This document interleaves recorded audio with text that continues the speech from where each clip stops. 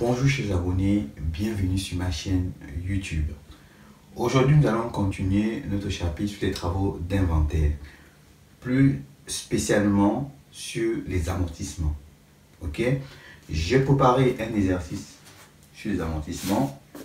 L'exercice est là.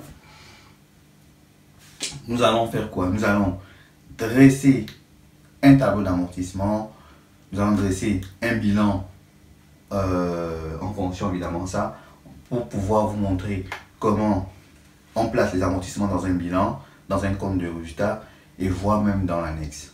Ok, nous allons travailler dessus. Mais en premier, ce qu'on va faire, on va d'abord établir un tableau d'amortissement. Comment ça fonctionne?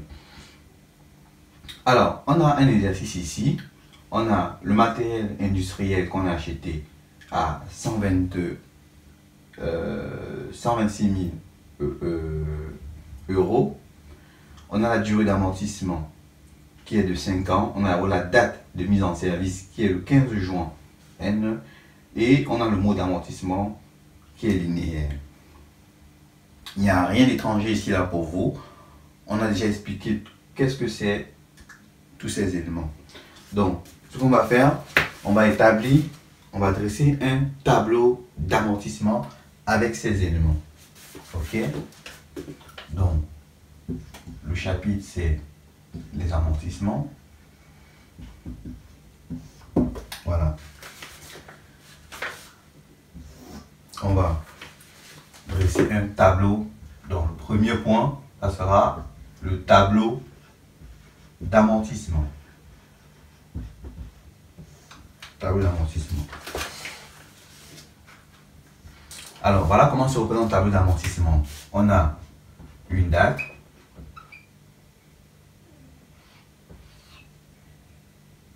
On a une date.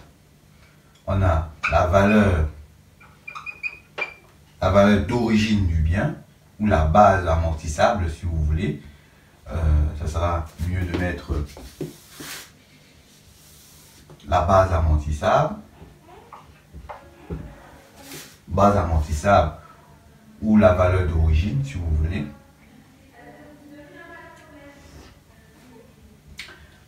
À la suite, on a quoi? On a le taux d'amortissement. Ok, donc je ne vais pas allonger trop le tableau, mais bon, on va faire un tableau long pour que tout le monde puisse comprendre.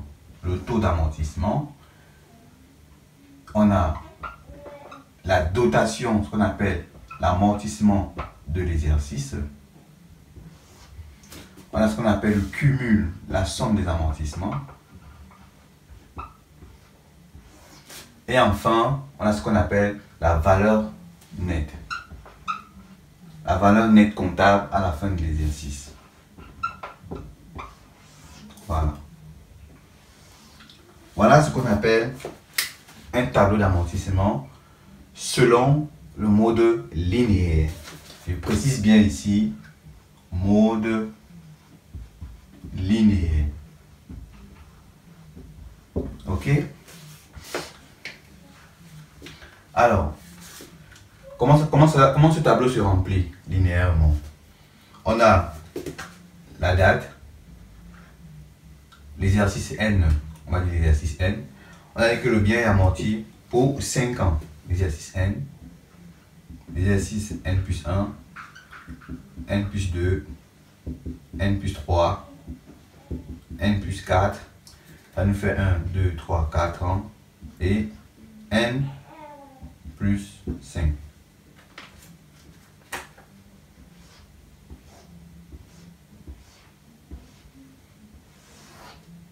Voilà. Alors, ce qu'il faut comprendre, c'est que lorsqu'on est dans un mode linéaire et que le bien est amorti, alors ce qui fait d'abord, première chose, ça veut dire que lorsqu'on parle d'amortissement linéaire, le bien est toujours amorti à la date de mise en service du bien. Donc, amortissement linéaire. Le bien commence à être amorti à la date de mise en service. Ok? La date de mise en service, elle est différente de la date d'acquisition. Hein. C'est pour ça que je précise bien date de mise en service du bien. Donc, si vous avez deux dates ici, une date de mise en service et une date d'acquisition, il faut retenir la date de mise en service. Parce que nous sommes dans le mode linéaire. Si on est dans le mode dégressif, on va prendre que la date d'acquisition du bien. Ok? Donc, c'est la première chose qu'il faut retenir. Deuxième chose, c'est que lorsque le bien est acquis ou mis en service en milieu d'exercice ou en milieu de mois, il y a ce qu'on appelle un prorata temporis qu'on doit exercer, qu'on doit mettre en évidence. Le bien, il est acquis ici le 15 juin de l'année N. Le 15 juin de l'année N. Donc ça signifie qu'en juin, on va commencer en juin, il y a 15 jours qui doivent déjà être amortis. 15 jours, rien que le mois de juin. Donc, dans l'année N, on a le mois de juin. Bon, avant ça, je vais également préciser une autre chose, parce que c'est des choses qui me reviennent au fur et à mesure. Pour faciliter l'amortissement, on considère que le bien est amorti sur 360 jours. Donc, l'amortissement doit se faire sur 360 jours dans l'année, par an. 360 jours par an. C'est-à-dire 30 jours par mois. Ok? 30 jours par mois. Si vous faites 30 jours par mois, multiplié par 12 mois, vous avez 360 jours par an. Ok. C'est des précisions très importantes, hein? Très importantes, ce que je suis en train de faire.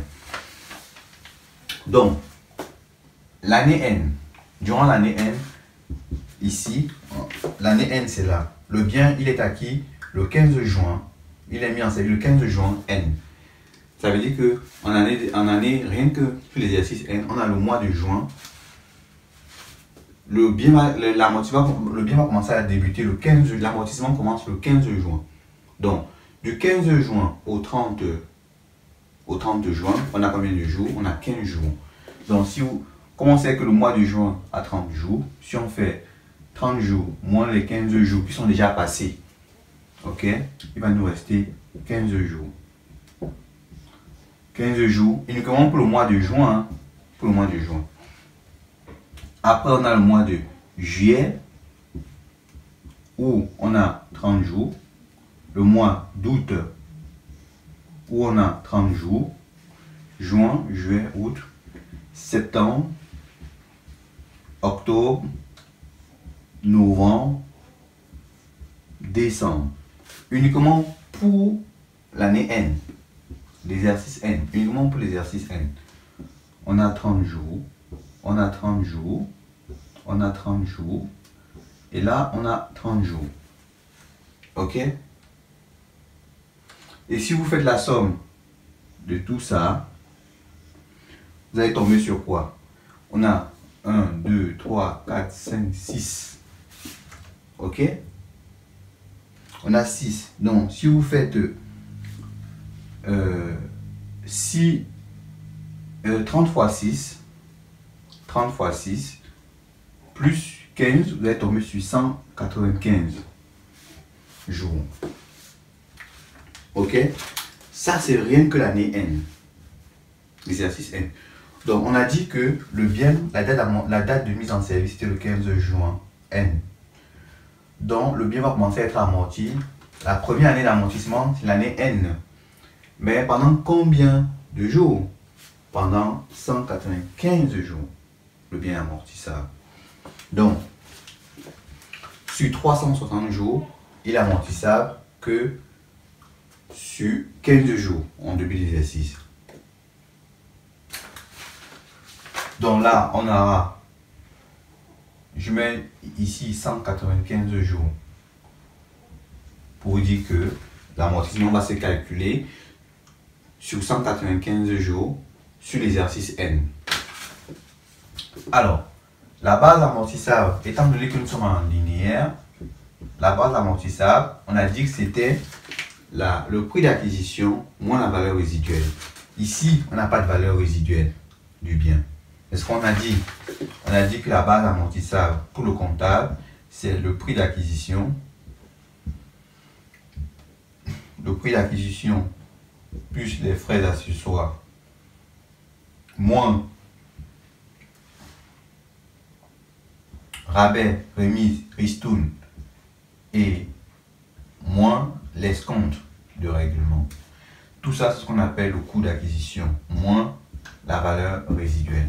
On a déjà vu cette définition-là. Bon, on va passer. Le taux d'amortissement. On va calculer le taux d'amortissement. Le taux d'amortissement, il est égal à quoi? Il est égal à 100 sur la durée. Ok? 100 sur la durée. Si vous faites 100 que vous divisez par 5, vous avez votre taux d'amortissement. Et qui est égal ici à 20%. Donc ici, vous avez 20%.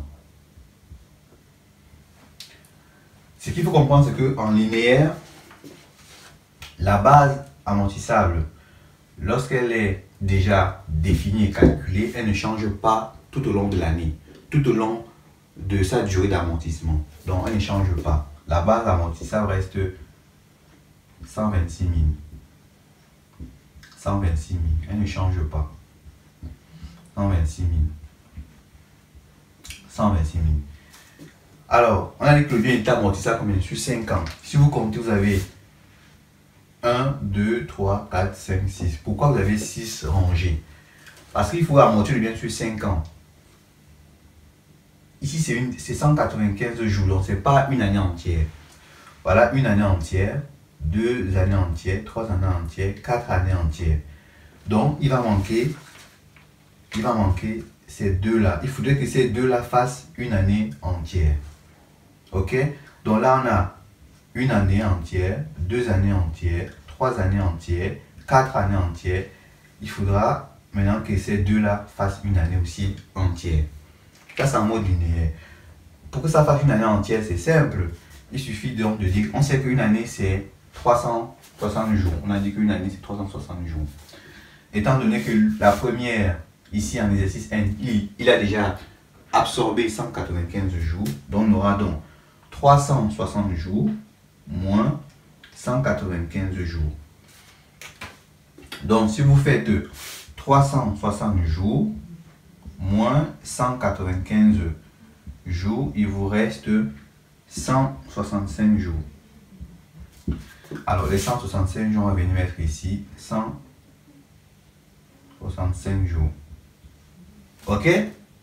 Donc, on voit bien que notre tableau d'amortissement se fait sur une année, sur 5 ans, mais sur 5 années.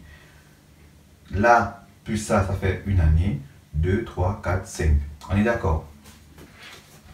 On retient également que le taux d'amortissement ne change pas. Le taux d'amortissement, lorsqu'on est dans le système linéaire, il ne change pas tout au long de l'amortissement. Maintenant, on va passer à l'amortissement du bien. Comment on va calculer l'amortissement?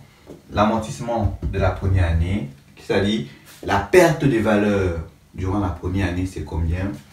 C'est égal à la base d'amortissement multiplié par le taux d'amortissement. Ok? Donc, on va faire 126 000 multiplié par 20%. Ça nous donne ce qu'on appelle la base d'amortissement. 126 000, j'ai ma calculatrice vraiment, 126 000 multiplié par 0,2 qui nous donne ici 25 200. Ici, on a donc 25 200. Ok?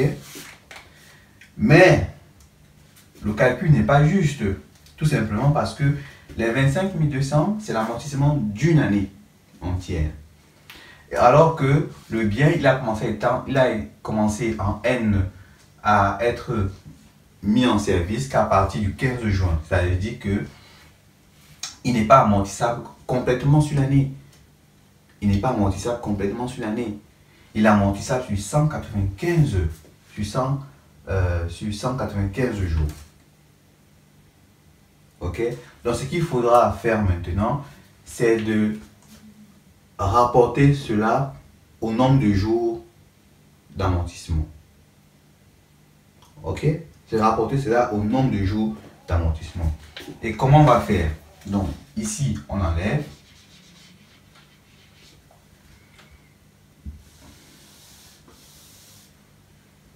C'est simple, hein? C'est simple. Qu'est-ce qu'on fait? On aura 126 000 de base d'amortissable multipliant par 20%.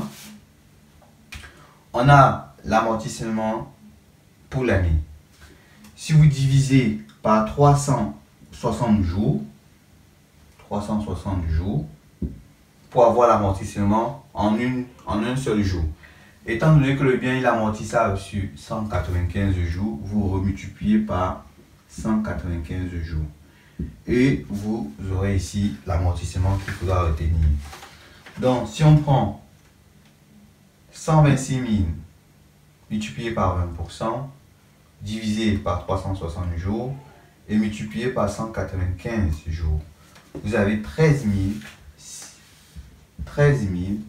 650 d'amortissement. 13 650 d'amortissement. Le calcul ici, c'est pour comprendre. Quand vous multipliez comme ça, la première opération, 126 multiplié par 20%, c'est la multiplication pour avoir l'amortissement annuel de l'année. Et comme on sait que dans une année, on a 360 jours, je divise par 360 jours. J'ai l'amortissement quand je divise, j'ai l'amortissement d'un seul jour. Étant donné que je dois amortir sur 195 jours, je multiplie par 195. Donc je quitte de 1 jour à 195 jours. Et j'ai donc 13 350 d'amortissement de l'année. Alors ça c'est le calcul pour vous faire comprendre. Mais on peut également, pour faciliter la tâche, moi je ne procède jamais comme ça quand je fais mes dotations d'amortissement. Je ne procède pas comme ça. Moi je calcule très rapidement. Et pour aller très rapidement, c'est très simple. Vous faites la base d'amortissable, 126 000. Vous divisez par le taux d'amortissement. Ok, vous divisez par 5 années. C'est le nombre d'années. Ça, c'est le nombre d'années. Quand vous divisez par 5 années d'amortissement, ça vous donne quoi? Vous avez le résultat qui est généré ici, c'est l'amortissement en une seule année. Et pour avoir l'amortissement des 195 jours, vous rapportez les 195 jours sur 360 jours. Voilà, 195 jours, 360 jours. Vous allez avoir le même résultat. Vous allez tomber sur le même résultat normalement. 126 000 divisé par 5, multiplié par 195, divisé par 360. Oui, vous tombez sur le même résultat. 13 650. Voilà. 13 650. Ça, c'est l'amortissement d'une seule année. De 195 jours. Pour avoir l'amortissement d'une seule année, on a déjà vu comment faire. Si on veut compléter ici, deuxièmement, on fait 126 000 multiplié par 20%, ou bien on fait 126 000 divisé par 5. Pour avoir l'amortissement d'une seule année. Donc si vous faites 126 000 divisé par 5, vous avez ici 25 200. Ok? N'oubliez pas, les 25 200, c'est ça. Uniquement pour une année. Vous avez 25 200. Ou vous faites 126 000 multiplié par 20%. Vous avez le même résultat. 126 000 multiplié par 20%, vous avez le même résultat, 25 200. Ok? Et c'est très simple. Hein? Vous savez pourquoi? Je vais vous expliquer pourquoi on a le même résultat. Pour calculer le taux, on a fait quoi? On a fait 100 sur 5 pour avoir la valeur du taux. N'est-ce pas? C'est la valeur du taux. Donc si on multiplie 126 000 par ça, on aura l'amortissement. Ok? Et pour avoir, si on fait, donc on va dire que ça, c'est la même chose que 126 000 divisé par 5.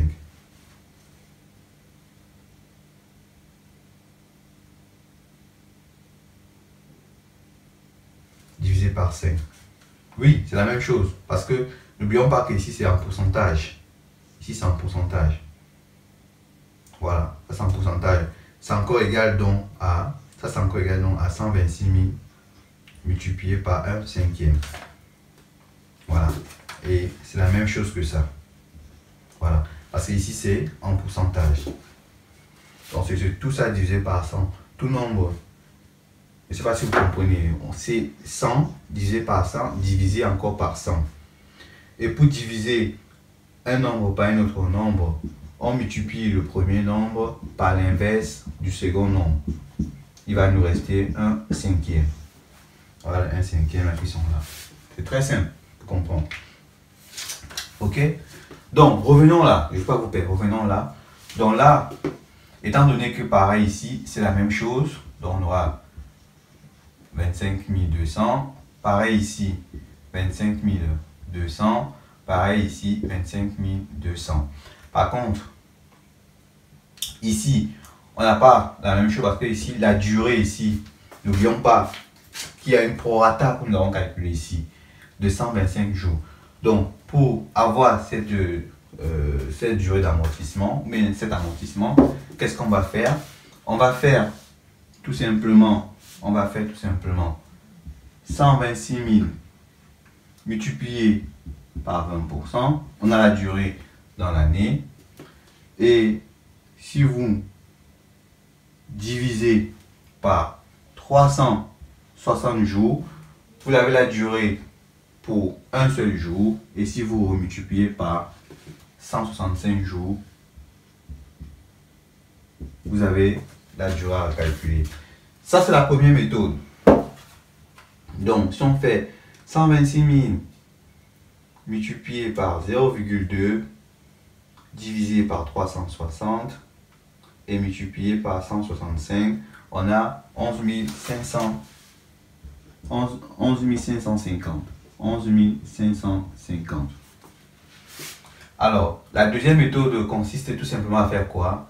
À dire que, puisque ici, on a l'amortissement pour 195 jours, et que là, on a un amortissement annuel de 25 jours, on peut faire on a un amortissement annuel de 30 jours, c'est-à-dire 25 200 moins l'amortissement qu'on a déjà calculé, les 13 650.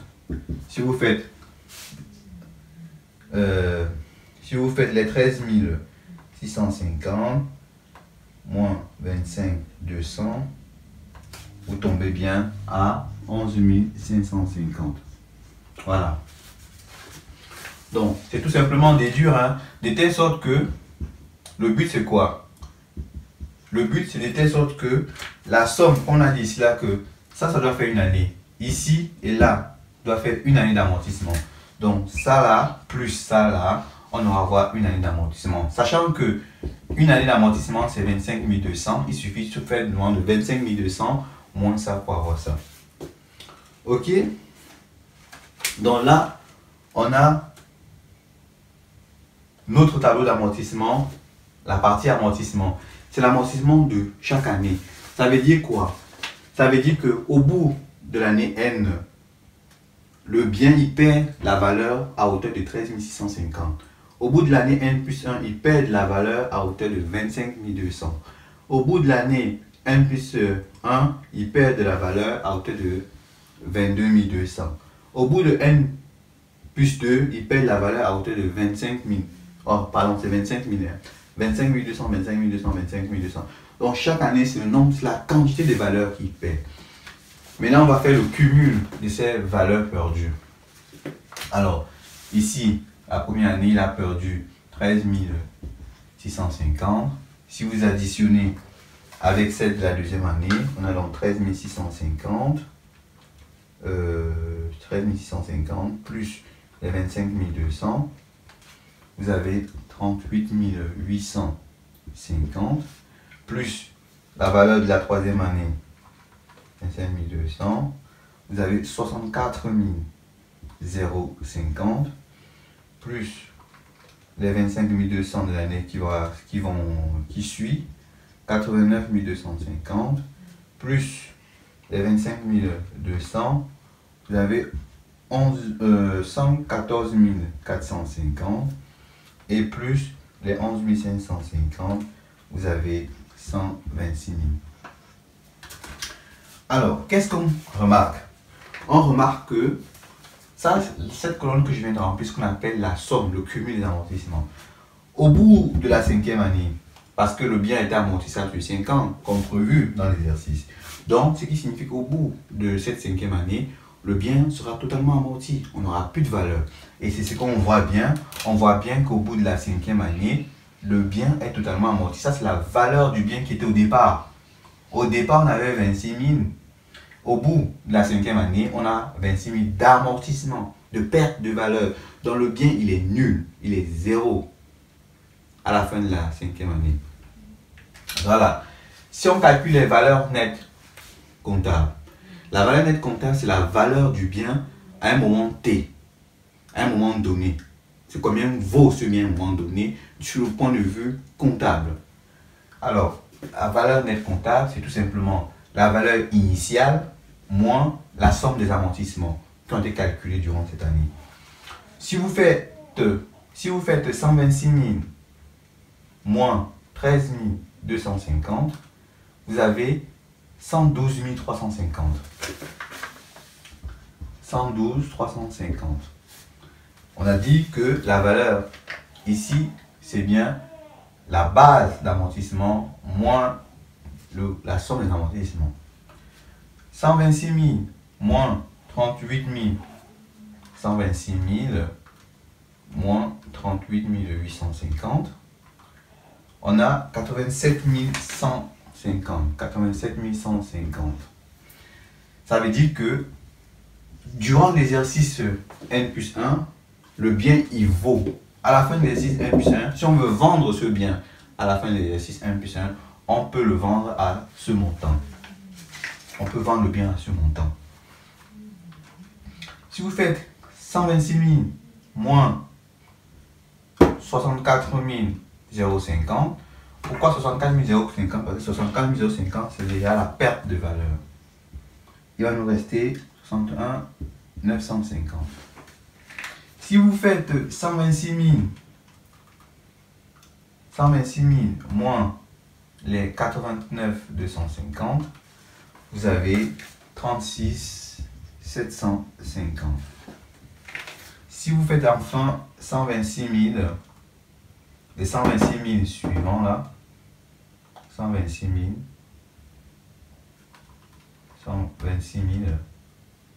moins les 114 450, vous tombez sur 11 550. Et enfin, si vous faites 126 000 moins les 126 000, vous tombez sur 0. 0, cela signifie quoi? Qu'au bout de 5 ans, quand le bien est totalement amorti, la valeur du bien vaut 0. Et c'est normal parce que vous avez vu le cumul des amortissements au bout de la cinquième année. C'est la valeur initiale. Donc on achète un bien à 126 000 et à la fin de l'année, et à la fin de la cinquième année, il est totalement amorti et donc sa valeur est 0. Ok? Donc ça c'est ce qu'on appelle un tableau d'amortissement linéaire que je viens de vous montrer là. Un tableau d'amortissement linéaire. Et c'est comme ça qu'elle fonctionne. C'est comme ça que le tableau va fonctionner.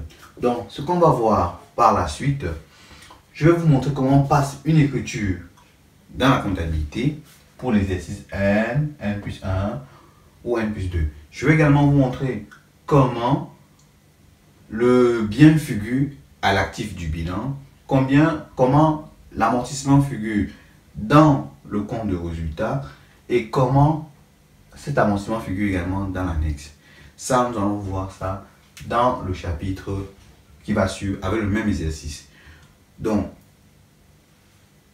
abonnez-vous à la chaîne YouTube. Donc, chers abonnés, je vous remercie infiniment d'avoir suivi cette vidéo. Je vous demande de vous abonner à ma chaîne YouTube. N'hésitez pas à la partager à vos amis. Mettez un pouce bleu et j'espère qu'ensemble, on va créer une grande chaîne de comptabilité. Merci très chers abonnés et à la prochaine vidéo.